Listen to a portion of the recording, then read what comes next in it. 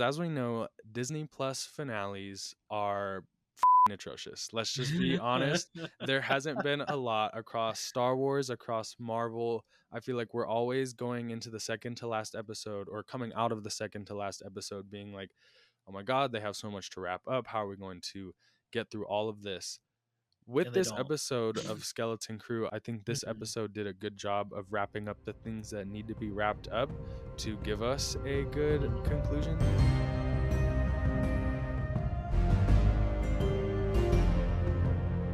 Welcome back to This is the Wayseekers, a podcast for Star Wars fans by Star Wars fans. My name's Austin SWE. I'm joined for the second to last time of Skeleton Crew with my first mate, Scotty Holiday, to talk Skeleton Crew episode 7. Scotty, there's only one episode left of Skeleton Crew. Are you hyped? How are you feeling now? I'm really hyped because this episode was not what I expected. I Right. posted online thinking we were going to get like an Order 66 flashback or just some Jude backstory, and we definitely did not get any of that. But I think Not even a little bit. But I think what we got was better than that, because Mhm. that was like, that was expected. Everything that happened was very unexpected, and I liked it a lot. Yes. I think it's very interesting that there's been a lot of talk before this episode, like you said, of there possibly being an Order 66 flashback for Jude to kind of go into his backstory. To be Mhm. fair, it didn't just come from nowhere. Jude Law said in an interview, he said, I Mhm. think my favorite is episode 7 because so much comes to a head and you find out an awful lot very quickly about my character. A lot of people took that as, oh, we're going to learn about his backstory. Instead, we learned that he is a murderous, traitorous piece of fucking shit. Fuck you, Jude. I've said this on this podcast before, but I'm sick and fucking tired of this fucker. Him threatening the kids with the lightsaber, I could actually whoop his fucking ass. Fuck you, Jude.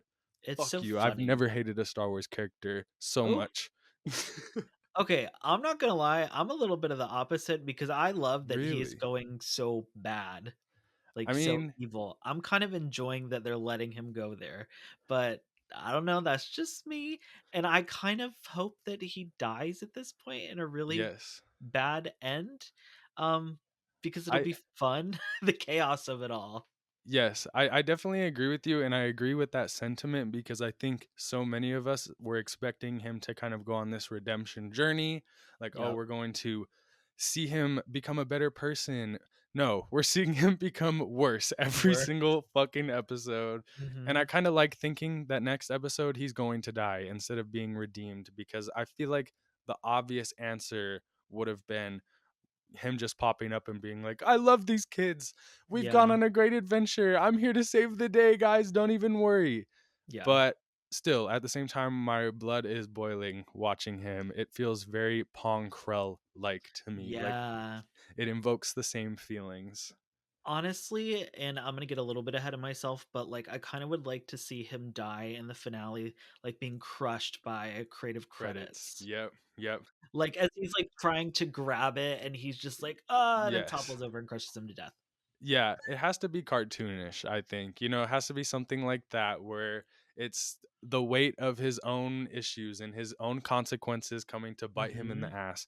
I need it because I really don't want to see him overtake Attin. I really don't want to see No. him win. Like, but I'm a little scared that that might be the case because then it starts to get into, okay, without Jod, what does a season 2 look like of Skeleton Crew? And we know they have ideas. We know that the creators say they want a season 2. Well, how do you continue the story if Jod dies?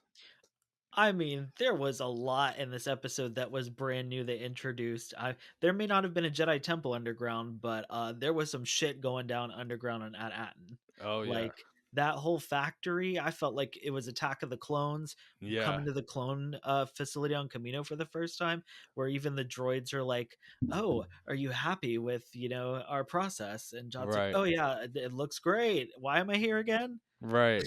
And the fact that that one vault they were in, I think that would have been enough to make Brutus's pirate gang happy. The Yeah, fact that there is 1,139 vaults exactly like that hidden on Atten.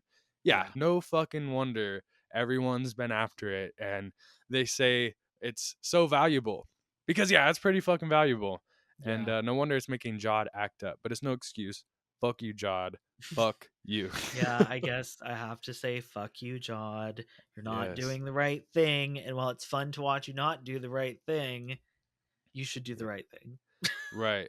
You know, it's funny because I felt so conflicted when Jod ends up killing Brutus, when the kids Mm, take Brutus in the claw and they basically allow unknowingly Jod to overtake the entire gang again and become yeah. the captain, Captain Silvo once again. I felt so Helmet and conflicted all. because I'm like, fuck Brutus, but fuck Jod. It's like nobody wins there. Nobody Yeah. wins. I was kind of surprised that he like just killed Brutus in cold blood right then and there, because not that they've been building Brutus up, but he's kind of been like an antagonist to Jod Right. since the beginning of the series, and I was like, oh, like Right. they're really going there, and that's what I'm saying that I really like about Jod being Hmm. like going down this dark path. And like Right. his greed literally overcoming like everything he's doing to the Hmm. point where, like you said, he's screaming at children, he's killing Brutus like right then and there, no remorse. Like, Right. I was surprised, but I'm kind of liking, like I said, where it's going. It's very fun. Right. I liked it because it was very shocking. It was very similar to like Snoke dying in The Last Jedi. Yeah. You know what I mean? Hmm. Where it's like so unexpected. You don't expect the big bad that's been hyped up this entire time to just be able to be killed off so easily. What But is what is that phrase that Ryan Johnson said that everybody likes? subverting expectations. Yep. And Skeleton Crew has been subverting expectations, and I think it Yeah. shows that it is a good thing. It's not something that always needs to be complained about. Like, Hmm. yeah, it would suck if there's a creator that comes into Star Wars and wants to upset fans, but I don't think that Yeah. that's what Ryan Johnson or John Watts or anybody else in Star Wars that's subverting expectations. I don't think that's what they mean. I think they Hmm. just want to deliver something to you that's surprising, that you didn't know you wanted until after you already got it. Yeah. Like Bec- not another Order 66 scene. We're instead exactly. gonna just make this character more crazy instead. Right. Right. This isn't your found family story. Yeah. Which is, you know, I feel bad because a lot of people came into this show being like, oh, yeah, like I saw a lot of the Star Wars Rebels fan base on Twitter really attaching Mhm. themselves to Oh, Skeleton Crew for the found surprise. family vibes. Surprise. Hey, Wayseekers called it. We have an episode called Fuck Jod in the past. While everybody else was like, guys, give him a chance. Even people in our comments, give him a chance. He'll Yeah. come around. Wayseekers vindication. We have Yeah. never been fucking wrong on this podcast. Well, Don't that's don't debatable. put us to that because they're gonna find every single thing wrong we've ever said. Well, talking about found family, I think we should talk about how the episode started with the Hmm. kids' actual families, Right. and building their communications device. Which, did you think we were going to get any more updates with the parents, or see them actually? Like, what did you expect out of what the parents were trying to do? I definitely I definitely expected to see more of the parents because it's the second to last episode. I feel like they had a lot to wrap up in 2 episodes. I think this Hmm. episode did a good job of wrapping up the things that need to be wrapped up to give us a good Hmm. conclusion, but we'll talk about that later on. But True. yeah, that whole opening was kind of intriguing, just seeing them literally get stunned, all of them besides Yeah. Fern's mom, and barely make that message out there. Yeah. It was close. I mean, listen, was the message worth it? I don't think so. I think they still would have made it back without it, but hey, Hey, I wanted to see those parents' dedication. the message was worth it to me as the viewer. Okay, because you got to cry, whatever, watching their little I'm not gonna 2020 pandemic type celebrity montage. Okay, literally, I started crying while KB's parents were talking. Like, it wasn't even the Neels, and your brother misses you so much. I was already crying at that point. Hmm. I loved the parents' message though, and I loved how dedicated that they were to getting the message to their kids. Even though, like you said, did it really? help that much. Right. Not really. They wouldn't have known even where to go to find a Republic emissary, which is what they Hmm. tell the kids to do.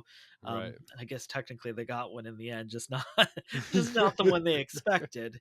But I, I really liked seeing the parents all kind of come together, and I thought it was very interesting that the droids even knew. They were like, Undersecretary Farah, you need to stop or you will be stunned. Like they knew it was her. Right. I was Yeah. kind of surprised about that. I didn't expect that they would know like that she was out there, but I guess they saw the other parents and Right. And I mean, there's only so many parents with missing kids outside of the barrier. So when you've true. shot down all the others, Yeah. process of elimination. Before we continue on with the episode, we want to be those annoying YouTubers for the next 30 seconds and remind you all to subscribe to our YouTube channel. Please. As many of you know, we just restarted our podcast just before Skeleton Crew, and we've been super happy with the amount of subscribers we've been getting. But at the same time, 88.2% of the people listening to our podcast are not subscribed to the This Is the Wayseekers YouTube channel. So if you've been enjoying all of our Skeleton Crew coverage, make sure that you subscribe to our channel and like the videos. That way you don't miss out on any of our Skeleton Crew content going forward, as well as all our other Star Wars content throughout the year. All right, and thank you so much for putting up with our stupid YouTube bullshit. Back to the episode. So we got to explore the barrier of Attin much more through Brutus's pirate gang and Mhm. the kids showing up at the same time. The Onyx Cinder is really the only ship that can go in and out of the atmosphere because the thunderstorms Yeah, are just so brutal. It's to the point where Brutus thinks that Jod is lying. There's no way there's a planet in there within all this chaos. He even Mhm. loses one of his pilots, which that whole sequence was very Star Wars, seeing the pilot gear up and go into his ship. It I felt loved very it. resistance rebellion Oh, fighter. very. It honestly kind of felt like Star Wars Resistance because they had that one Corran pirate. Oh yeah, Yeah, with an actual pirate. It kind of did feel like a scene literally out of Resistance, but also the Resistance. right. Absolutely. And yeah, it was just interesting seeing the barrier explored in that way. And it answered so many questions as to how a planet could actually be hidden. Because what I'm Hmm. assuming is if anybody comes across it, they just assume it's Like an I'm not going in inhabitable there. planet. Yeah. And they probably assume there's nothing or nobody in there because who the fuck is going to live in such a disastrous, thunderous In a planet? maelstrom. Yeah. Right, exactly. But deep in the I middle, there's a planet and there's a whole civilization and thousands and thousands and millions and of just the highest number you can think of billions. old Republic credits. Exactly. Well, you know what's really interesting is I did not realize how large the maelstrom barrier itself was Hmm. around the planet until they got in there, and I was like, Atten's tiny." And then KB Yeah, says some line about like, "Oh, it looks so big from up here," and I'm like, "Girl, it looks tiny as shit compared to the barrier." right. Which I have to say, it definitely gave me kind of like Kessel Run vibes Hmm. from Solo, but also, my favorite, the Kobo Abyss and Tanalorr and Jedi Oh. Survivor. Felt very, very, very much Tanalorr, like this hidden paradise planet. And in there, I think it's a nebula that it's hidden in. That's the Hmm. Kobo Abyss, whereas this they said was a maelstrom. But Right. I can't tell still if it is manufactured, like it's something that was created, or if it was naturally occurring Right. because Like they have all the weird sensors in there. So I can't tell. I think I don't think it's natural. I think that like you said, there's the sensors and there's lightning coming out of them and things like that that True, and the ship is the only kind of ship that can get through it. There has to be some exactly. some kind of manufacturing there, or either that, or like we can only have ships made of this metal to go Hmm. through the barrier. Which, Well, I think I remember Jod saying something along the lines of whatever piece allows the ship, the Onyx Cinder, to go yeah, through the barrier needs to be taken off to put onto the main ship so that it can also get through yeah, because well, he needs like the guns or whatever for the mint. yeah. So he can blast his way out of it because I don't know how he's getting out of there. It's a They've definitely got things closed in once they actually get onto At Atten. Hmm. Yeah, absolutely. So I know we kind of already touched on Jod killing Brutus, but Mhm. how things kind of transpired after that, I did not expect. They Mm. take the kids captive, they get the parents' message, and then the kids find a way to kind of get the ship back under their control Mhm. using their little claimsies in the pirate code, as Right. SM33 puts it. And I'm glad they gave him something to do in this episode because for a while I forgot that he was even still on the ship Right. with the pirates. So I was glad that they gave him something to do, and they kind of used the weird, like he's like an old droid in this kind of loop within his programming in the pirate Mhm. code to get the ship back from Jod. Yeah. Because I thought it was kind of funny where Jod was like, "Well, I claim the Onyx Cinder," and I was waiting for Fern to be like, "Well, then I claim the big ship that we're on." Right. Like it was just funny seeing that be so childish, and because Jod's like going into this weird, like he's so laser focused on just getting to Attin, he can't even come up with good strategies, and he's just getting Right. upset. And it's very childish, but it's Mhm. that childish nature that's pissing him off more and making it harder for him to the point where he gets booted off the ship and the kids have it in control again. Yeah, that entire sequence I thought was great. It's funny Yeah. because there was a part of me that was like, that feels so like cheap because we've seen in the previous episodes how kind of intricate SM33's protocols are with the whole pirate code and things like Yeah. that, where all of a sudden they're able to be like, well, I take claim backsies. And he's like, that's good enough to knock out Jod. I But I know. also really like it and find it charming because I like to think that SM33 was getting all these signals and activating all these protocols by all their bullshit going on back and Uh forth, that it was kind of like his own doing to be like, no, I fucking side with these kids. Fuck Jod. Like it almost felt like for a second he was allowed his own agency to be yeah, like, right, like all because his wires were getting too crossed trying to go through all the exactly. loopholes and the rules and the codes, and he was like, "You know what? Fuck it. Right, That's because what we're going with." I think he even says something along those lines, like close enough, and Yeah. he's like he goes for Fern, and I loved it. There there could be an argument that it's a little cheap way to get out of it, but I don't care. It feels a little charming and endearing to me. So For sure, and that's literally this show. It's very charming right, and fun. So hmm I thought it fit perfect within the story that they've been telling. It didn't feel like a okay, of course that's how our characters get out of it. Like right, on other shows, which we've spent so much time with these characters, it's believable because they've had all this development and we've gotten to enjoy the characters and get to know them. hmm And after the pirates all are kicked off of the ship and the kids are getting ready to go and they're all happy, and Jod's sitting there looking at the ship once he wakes up and he's like, "Oh, the ship's leaving." I hmm didn't realize he was gonna find a way to get on it. I thought it right. might have ended up some weird, like, I'm gonna try to use the force to hold the ship I in thought here the or same something. thing.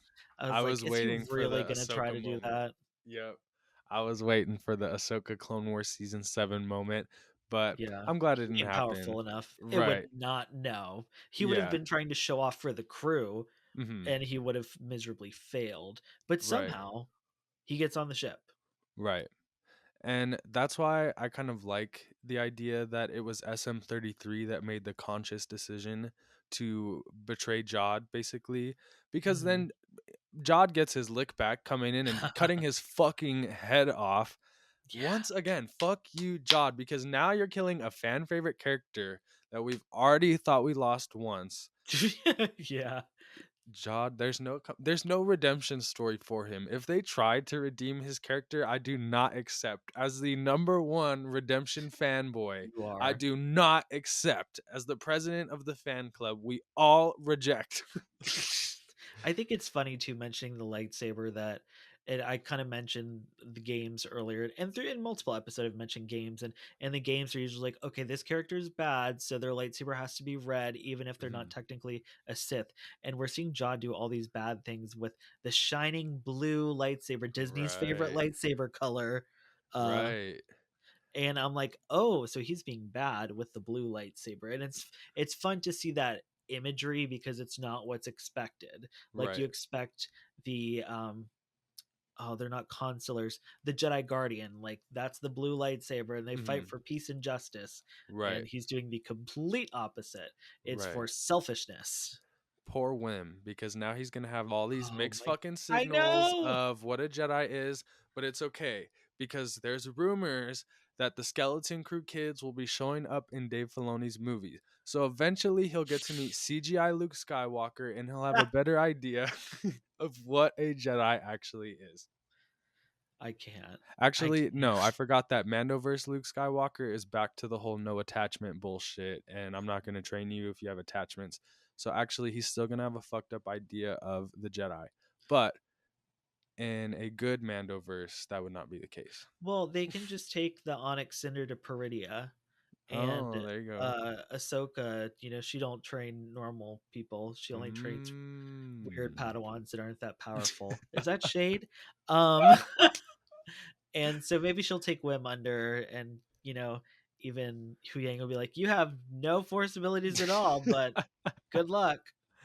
Oh god, I But can't yeah, even imagine how all that's gonna jive. But I had to bring it up because I saw the report and I was like, okay.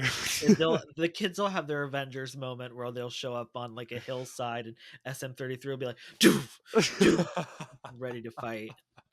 He's And gonna go Jod out. will not be there because he's gonna be fucking dead. He's gonna be dead. And then honestly though, I do hope that the lightsaber, something is done with it. I don't necessarily need it to be like given to the kids necessarily, but I feel like it needs to be used as like a commemoration of everything that happened, as a symbol of like what they could have lost and what the Jedi like bring to the galaxy, like the fairy tales that they have on at Atten. I'd like Hmm. to see it used some kind of somehow in that sense. But I do think it would be cool if somebody got like a Finn moment from The Hmm. Force Awakens with the lightsaber later on down the line, Yeah, that would be really cool because we where still they need don't, it. and they don't have to be a Jedi to wield a lightsaber. Han Exactly. Solo wielded a lightsaber technically, so the Exactly. Skywalker saber, Right. specifically. So Why do I feel like there was a character recently that also carried a lightsaber that wasn't force sensitive? I must be making this up. I think you are. Yeah, I'm 100% making it up. But hey, it'd be a cool story. Very true.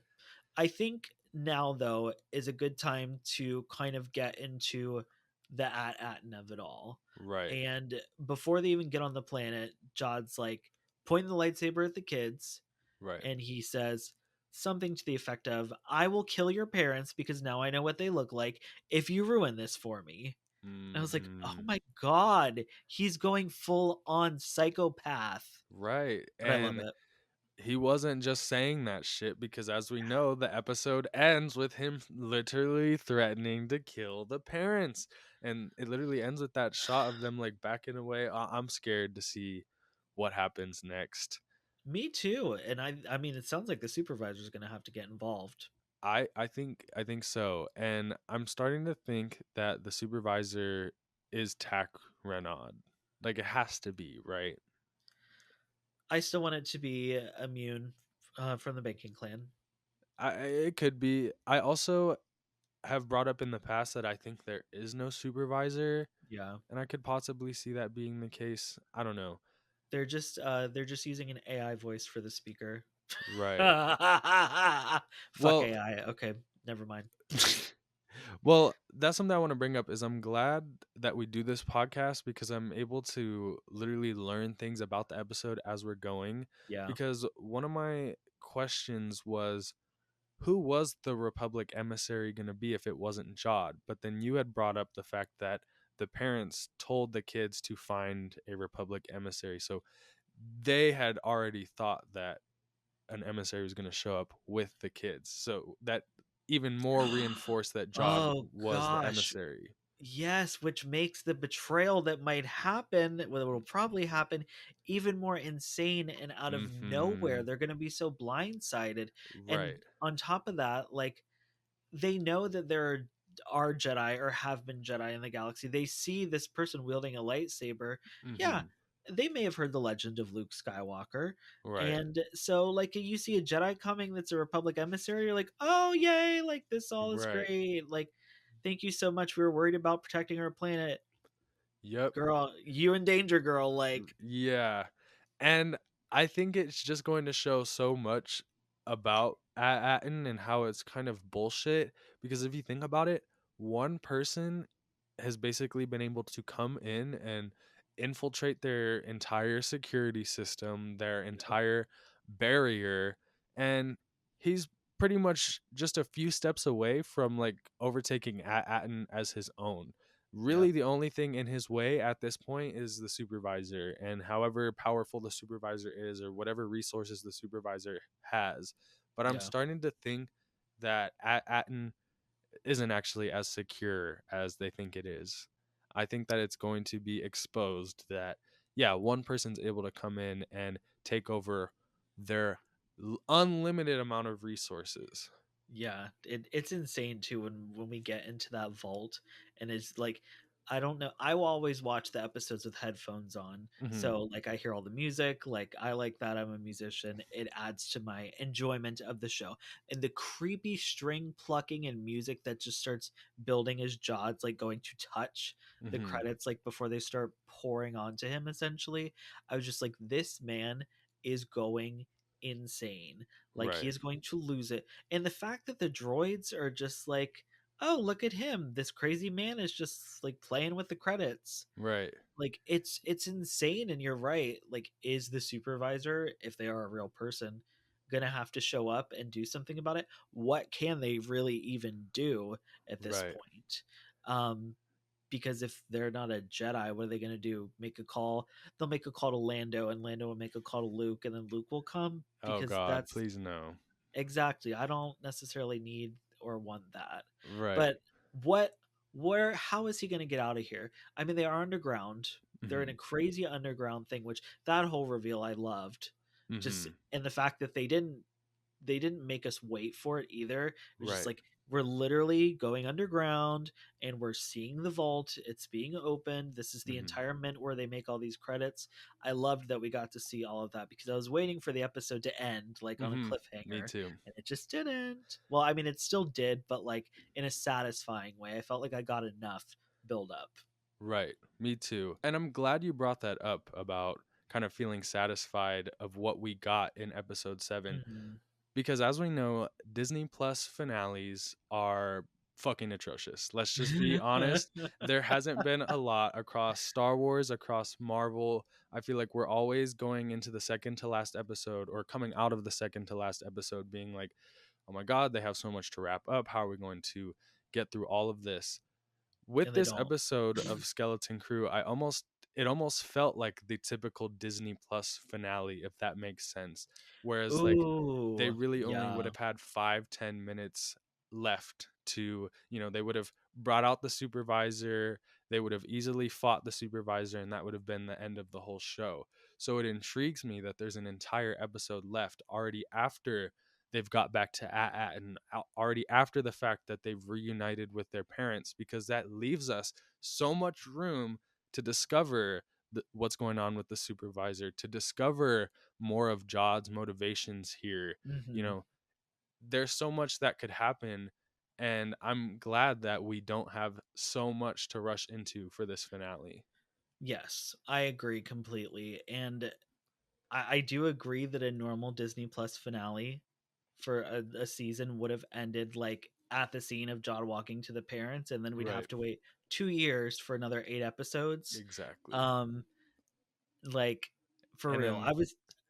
the season would have been canceled, and there would have never been a Well, and it's funny. I was just talking to one of my friends just casually about Skeleton Crew Mhm. compared to the other shows, and one of the big things we kind of talked about and that I noticed was a lot of the shows. We complain about the 8 episodes, we complain about 30-minute episodes. I think those are all valid criticisms. I feel them myself, Mhm. but they don't give us time to really get into the universe. Like, I feel like they expect, oh, it's Star Wars, so it's in the Star Wars universe, but each Mhm. show kind of has its own vibe, and we kind of get a little taste of everything, and Mhm. then it ends, and Yes. it never feels satisfying. And I Mhm. feel like you've said, just kind of on a more overall scale for the series, I feel like I'm getting a lot of times with these characters, and I don't think it's going to end on some cliffhanger where I don't feel satisfied. Right. Absolutely. Because I think that even though the creators have said they want to have a season 2 and there's all this talks about skeleton crew characters popping up in the Mandoverse, things like that. Yeah. I think the creators have said they set out to tell a story with a beginning, middle, and end for season one so that we Hmm. feel satisfied. And I like that. It's kind of different. I can't think of another Disney Plus show within Star Wars that did that. Everything else has kind of set up something else. Kenobi, they redeem Riva and then it's over. There's still so much story to tell there. Yeah. Andor, I mean, obviously Andor season 2 is coming through, but Mando season 1 that ends where it's like, oh, we have to get Grogu back. There hasn't really been something that came to a satisfying end where if we never saw these characters again, it'd be okay. And I'm really Yeah. hoping that that's the case when we get out of this episode with episode 8, that it's like, okay, if we never see these kids again, it'll suck, but at least we got a satisfying story with a beginning, middle, and end with these Hmm. kids. No, that's such a great point. Like, literally, if they drop the curtain, the barrier is closed again. Hmm. That feels in line with the show itself, that we would never see these kids again. Right. Like, even the show, I think it's Wim's dad who says, like, y'all weren't even supposed to learn about all this until after, like, you finished school. Hmm. So Exactly. having the veil just put back on everything and them going back to their lives as is, the kids even kind of joke about that in the episode, that like Right. the adventure's over Hmm. and we're gonna go back to life and it's gonna be fine, we're gonna be Yeah. great. But I think we both agree that the more intriguing continuation would be them getting to the bottom of this whole Attin shit and exposing it for what it is and Yeah. fighting against it. I think that's probably where it's going to be leading anyways if it is renewed for a season 2. I mean, I hope so. And on top of that, I'm like, whoever the Republic emissary is, whether it's the same person or whoever they're reporting to, Hmm. what are they doing with old Republic credits? Because we never see them. Right. They're filling the vaults on Scipio with the banking clan. Oh lord.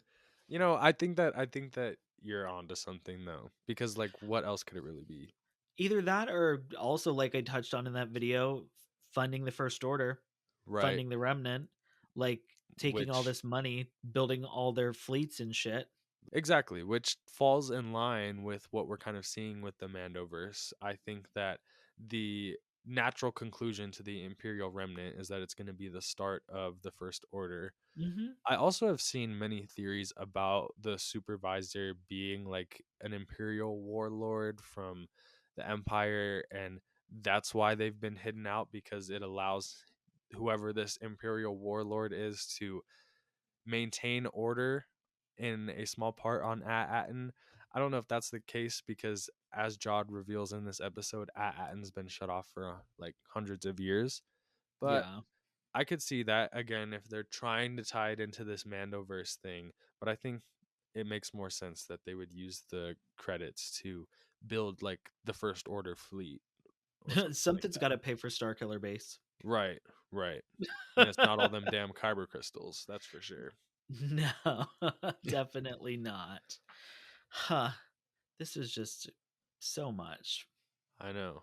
There was a lot in this episode. It's crazy too because Skeleton Crew is the shortest series we've ever gotten in terms of the amount of episodes. I saw a study someone posted on Twitter that this show has the most episodes under 35 minutes.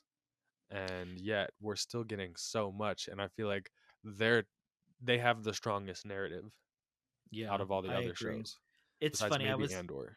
I was listening. Oh, yeah, besides Andor for sure. I Mhm. was listening to some other podcasts just talking about Skeleton Traitor. Crew. I'm just kidding. Well, after I listened to ours first, like, and I don't listen to anybody else's until we do our stuff, or like I Right. make a video or whatever. Then I'm like, okay, if I have time, I'll go listen to other people's. And the Mhm. show's getting really interesting, so of course I Yeah, want to see what other people are thinking. absolutely. And I heard a handful of people complaining about last week's episode being short, but Really? I didn't notice any issues with the runtime. I didn't, and it was like the shortest episode of the season. Didn't Right. notice it all. Do you know how long this episode was? 35 minutes. It was like 34 minutes with And I'm credits. and like while I was getting ready to record, I was thinking to myself, how long was this episode? I wonder if it was like 45 minutes long, like a longer one. No, it Because like wasn't. you said, they're just somehow they're Hmm. able to pack so much into this, into the narrative and the writing and the characters, and like I care Hmm. and I'm rooting for people, and it's I'm hooked in. Pirate pun. Right. Hooked There into you the go. skeleton crew. I Pun are intended. Yeah. Yeah, I think it's telling that most of our episodes about Skeleton Crew, like discussing the show, have been longer than the episodes themselves. And that's Yeah. because there's just so much that they're able to fit into these shows. And Hmm. usually to for Disney Plus shows, that's to their detriment, but I'm just not seeing that with Skeleton Crew. And that's why I continue to say that depending on what happens next week, it could genuinely be the best Star Wars show on Disney Plus. Except Andor. Uh, I Eh. I don't know. That's the one I struggle with. Where I'm gonna have to see with season two. Maybe I mean we're gonna be revisiting season one soon before season two, anyways. And So they're just such different shows too, and they're exactly. way different time periods as well. And they're So setting out to tell different things. You way know, different things. it's Yeah, it's hard to compare. It's apples to oranges, but the it's kids still in the Star Wars. skeleton crew are not fighting fascism. Right. Right. They just want to have an adventure. Yes. I think Skeleton Crew is a good example of a show that has the quality of Andor that isn't like Andor. Because I think we talked about this during season one of our podcast, how Mhm. whenever people say, I wish there was more Star Wars like Andor, the pushback answer is always, Star Wars doesn't always have to be dark and gritty. When I Yeah, don't think that's what anybody's saying. I think that they want the same quality, the same care quality put into every single show. And I think in every Skeleton single Crew aspect shows. of the Right. show. The Exactly. writing, the cinematography, the directing, the Exactly. acting, for sure. Exactly. And I think Skeleton Crew shows that you can still have the variety that Star Wars already has while also making good shit. Like it's really not that hard. Yeah. It's not rocket science. No, or maybe it is because it's in space, but Right. whatever. And one last thing before we go, I'm so happy we finally saw a Weequay pirate in this episode. Of Yes. all the species to be a pirate that we have not seen in live action that I can think of, no Hmm. Weequays. And they're like The number one quintessential pirate. pirates. Right. Yeah, exactly. Return of So the Jedi solidified that. So come on. and then the Clone Wars made it even more real. It Exactly. wasn't Hondo, but it's okay. I was still excited that there was a pirate Right. or a Weequay pirate. God, I forgot about Hondo. I saw that you posted something on your Discord about people trying to pass off that Hondo is Tack Yeah, Renaud and he's the one in the hologram. Bullshit. I don't believe it, and that would actually kind of ruin the show for me. I'm not gonna lie. he is not. While Right. I think it would be hilarious if they open up, he's like, "Oh, hello, welcome to Attin. I'm Right. the supervisor, Hondo." It'd It be just really funny. poses more questions than it would need to. Like the explaining they'd have to go through, it just isn't worth it. Like I feel like it would mess with Clone Wars and Rebels even. Oh God, like what the fuck does Hondo really want? Right, exactly. Cuz he's kind of also had like his redemption moments in Rebels and things like that. So yeah, I wouldn't like it. It ain't gonna be Hondo, but I was very happy to see the Weequay, who I think might have been a female because they looked a little cunt in the face, and Oh, I okay. was like, okay, yes, go off, Pirate Queen. Hell yeah. Hell yeah. Yeah, I loved it. I love seeing all the different species in this episode because we got to see like a ton of the Atten citizens as well. So we got to see some new Yes. species, which I Oh, thought was cool. like the furry one that's the same species that the girl Neil had a Hmm. crush on in his class was. There was like a blue Yes. one of those too. I remember them sticking out, and I do love. Wow, I'm supposed to be the lore person. The Wow. Hammerheads, the Ithorians. I Mm, love seeing the Ithorians in this show and how they're popping up more in yeah. just live action Star Wars because I think they're fun. Yeah.